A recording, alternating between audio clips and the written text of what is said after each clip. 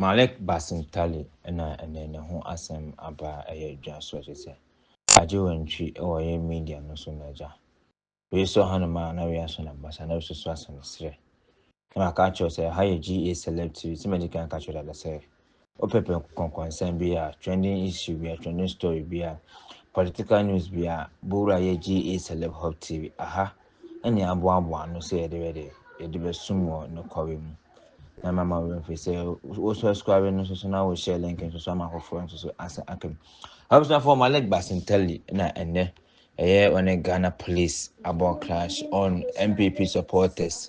Na the more normal mo ye no ene say the normal corner na ama Malik Basintale because during the campaign Malik Basintale make some statement say MP NDC aban abaswa change of government abaswa.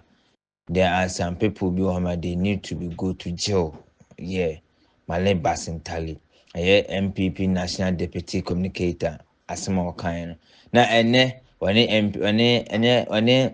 some NDC supporters, any Ghana police akrasha Ghcelebs for any some kotua say any for their grokra. Now, video no so kanu. Now, Malik Basintale akotwen aban kokuma na say Ghana aban ensa aso ne mu that support na come on. I was for come home near bongra video no na nhwe ne ba ya aka ho bia no sumo ahaye Ghcelebs TV me kan na no abrana abrana so da mo yen na share na subscribe link for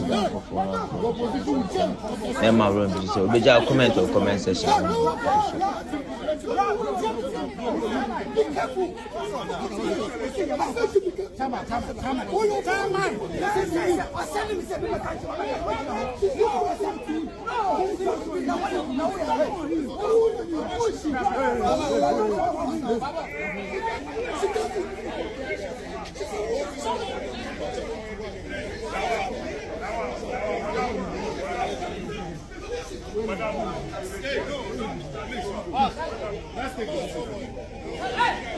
Leave him!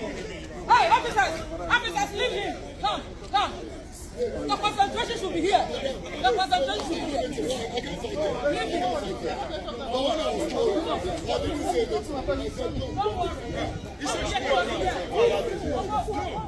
We did tell you we're going to have the Deputy Communication Officer for the NDC, the Basintale boy, Malik Basintale. He's a regular on the channel as well as on 3FM 92.7. He's right here. And so we're having some chit-chat, but also ask him what his thoughts have been on the last election. And he's right here. The Basintale boy, how are you? It's been a while. We haven't met in about a week or two or three. Absolutely. We've been moving around trying to stop impunity. Impunity. Impunity. We've been moving around trying to ensure that the looters, the people who had mismanaged our economy, were booted out of office. We're convincing the Ghanaian people, we're selling our policies to them, we're exhibiting our manifesto to them, and we're giving them a better reason why they needed to have hope and trust in the nation builder John Dramani Mahama. We laid before them his track record, and we demonstrated how Ghana was going to look like from 2015, from 2025, till somewhere 2028 and beyond. And I think that the Ghanaian people bought into whatever we had said, and they voted right for us. Before the election, Roland, you had a lot of people say, we won't hand over power to the NDC, we will never hand over power to you. Many of them swore every oracle of the land that they were not going to hand over power. Power is here by the grace of God and the will of the Ghanaian people. I made a statement here on this platform that power has never been in the hands of any political party on the 7th of December. Our constitution is designed in such a way that by the 6th of December, power goes back into the hands of the Ghanaian people. The Ghanaian people then determine who they want to give power to. And so if Brian the Champon, together with all other people who were swearing oracles they were not going to hand over power, had checked their hands on the 7th of December, they would have realized that power had left their hands. And the Ghanaian people bestowed power in the hands of the NDC. I think it's time to forge on. I think it's time to get to work. We made so many promises. We made so many assurances. We had so many contracts with the Ghanaian people. And it's incumbent on us to exhibit that in a very solemn way so the NDC could stay in power forever. I believe strongly that John Mahama has come to rescue this country. I believe strongly that all our hopes that were shattered will begin to be revived. Go to town and check our streets. People are out there demonstrating, exhibiting their joy that a new dawn has arrived and that a new leader has come. And that leader is going to get us to the promised land. Look, for 8 years, Roland, we have suffered under excruciating poverty. 8 years we've been under hardships. 8 years, over 800,000 people have gone down the poverty lane.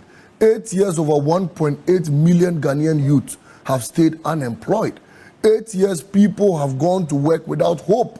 8 years, inflation had skyrocketed to 54%. 8 years, all the government knew how to do was to borrow out of the roof.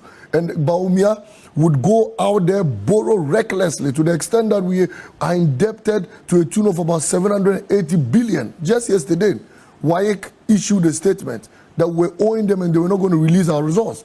I looked in the skies and I said, all the monies we had borrowed, what were we using it for?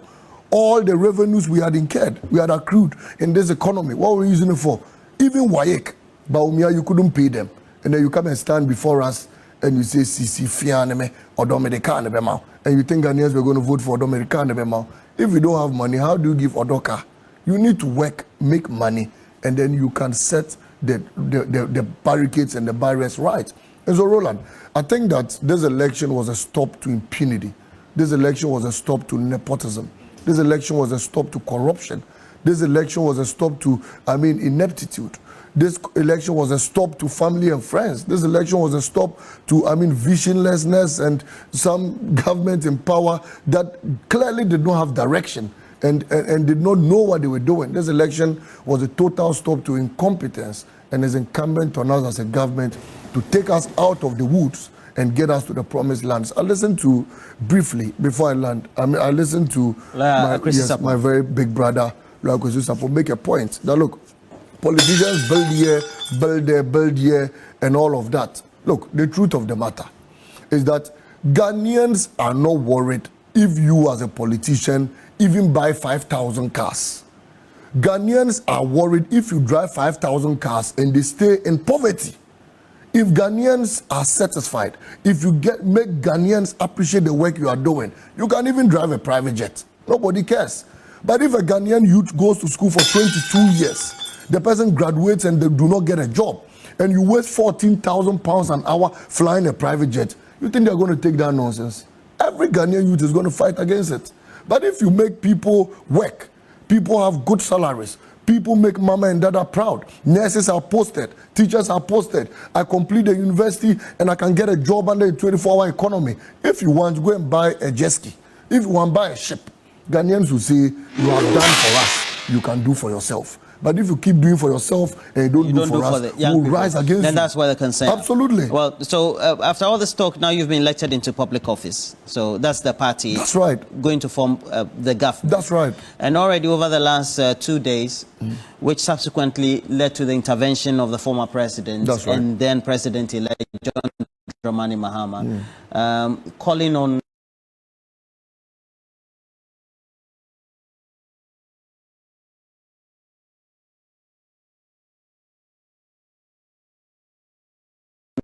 NDC youth and then young people who may be in the mix of those on rampage, entering public offices, Ghana Ports and Harbours Authority. It shouldn't happen today. You see, the truth of the matter is that I've heard a lot of people say Operation Return All the Loot has begun, and so people are barging into offices. Is that what has begun? Malik Basintale. Roland, we are not going to retrieve stolen cash by using same method as quick credits. Operation Return All the Loot is not some savings and loans company where we go into the night throwing stones at your zinc to pay, all the monies you have stolen. If people care to know, a lot of the monies that have been stolen by this current government have been transformed into digital money. If they don't know, people do no longer steal cash and stock it in the house. They steal the money and they save it in safe havens. People have stored it in cryptocurrencies and what have you. And so if you batch into somebody's office or you batch into somebody's house, how do you retrieve monies that have been stolen and put on cryptocurrency? It's not possible. What's your point? So money itself does not like noise. They say sikam pedede. We are going to use silent means to retrieve the cash. This morning I had a call that people were going to the Tema port. And so that's why I was late. I had to ride my bike to see them. I got there and none of them is an NDC person. None. There are people under this current administration who are angry with their leaders. There are young men under this administration who are angry with their leaders. And they've been writing on Facebook that our leaders were spending the monies and this defeat serves us right and all of that. Many of such people have decided to confront their leaders and also get their little monies back before they leave office. And when I got there, not a single person. On TV3's website, you posted a video of Owutu Senya West, where the young men, the NDC men, intercepted. They went and arrested people who were looting from an Agenda 111 project. All the people who were arrested were MPP. Yet people are attributing all the budgets and all of that to the NDC. It's not true.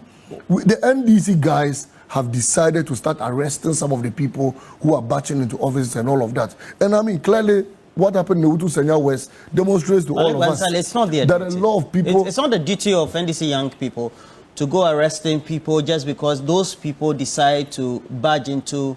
possibly enter we would do that into government warehouse, etc. We would do that because that should not be the done, Owutu Senya West case. If you listen to the guy, he said he had informed the police commander of the people. They can play the video and said the police commander should go and arrest them. And the commander told him that they should go and initiate a citizen arrest. And so they went there and they arrested the people. Because, I mean, they are tarnishing the image of the NDC.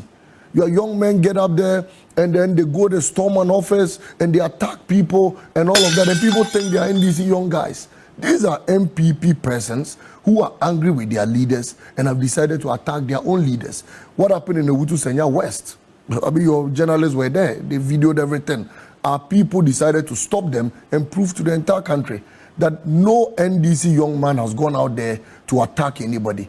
The MPP guys are those attacking their leaders because they feel their leaders had done chop, their leaders had abandoned them, and they had been suffering for 8 years. It is not easy to get 1.6 million votes in an election. It means that many MPP persons who were fed up with their own government voted for us. You know that.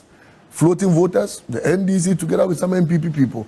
And so many MPP guys are angry with their own leaders. And Roland, I tell you on record, I've asked you the question. And the question is, why should we have the NDC youth being the ones to go and stop so-called MPP youth, if that is the case, to stop them from looting or perhaps even forcibly entering to take, whether it's fertilizer? Because there was an incident in Ho. That's right.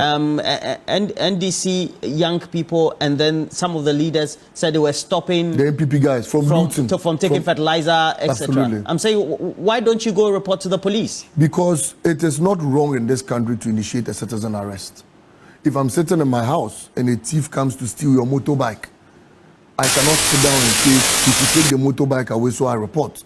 If I can arrest him in a lawful manner, I will do so. And the reason why a lot of our guys have decided to arrest the MPP guys who are now looting and batching into offices and pretending to be NDC guys is because we want to set the record straight that these are not NDC guys. Those batching into offices, those attacking public officials are MPP guys who are peeved and aggrieved with their own leadership. And so President Mahama has called for calm. He's asked all NDC guys, if you have some few who are part of the NDC people, the MPP guys, to drop their weapons. And we are also asking President Akufo-Addo, you are in office. You are still president of the country till the 7th of January. It's time for you to call your men to order. If they are angry with their leadership, settle your issues at your party office. Don't settle your issues at public institutions where you let your boys go there and attack people and all of that. Look, we saw what happened in 2017. These same MPP tax who are attacking officers even went into a courtroom, dragged out a pregnant judge and beat her in Kumasi Roll. I remember. These same MPP guys batched into public offices. John Dumelo's Land Cruiser was vandalized. Now we have come into office. And you think you can still continue attacking public offices. So people think it's the NDC. We will stop it. And we have reported Malik, you haven't come into office yet. The NDC administration we've won an election. Will be inaugurated On the 7th. Yes, but we've won an election. Before a parliament. We've won an election, and will not allow anyone to tarnish the image of the NDC like these same guys did in 2017 by attacking public officials. So we've reported to the police, and we've told them that they should arrest the MPP guys who are ransacking offices and who are batching into offices and tarnishing the image of the NDC. They should arrest them, because the Operation Return All the Loot is going to be a very silent, creepy method of retrieving the stolen monies. For example, Baumia's 10,000 bags of rice saga at the port. Lily Rice, where 10,000 bags of rice were stolen by somebody from his office. The case is in court. As it stands now, if you go to Baumia's house, you won't get a single bag of that Lily Rice. A lot of it has been shared. A lot of it has been eaten. So if you barge into Baumia's house, are you going to remove the Lily Rice from his stomach? So in order to retrieve that 10,000 bags of stolen rice by Baumia in his office, you need to use appropriate means and let them cough the money out. PDS scandal, where Baumia presented fraudulent documents. If you barge into Baumia's house, are you going to retrieve those documents from his house because you've barged into his house? But now Baumia has even hidden all those documents. So such person, you put him in the witness box and we'll find appropriate means of retrieving them. A merry deal. When Baumia and Akufo-Addo sat down to, balloon the figure to 1.3 billion. If you barge into Baumia's house, how are you going to retrieve 1.3 billion?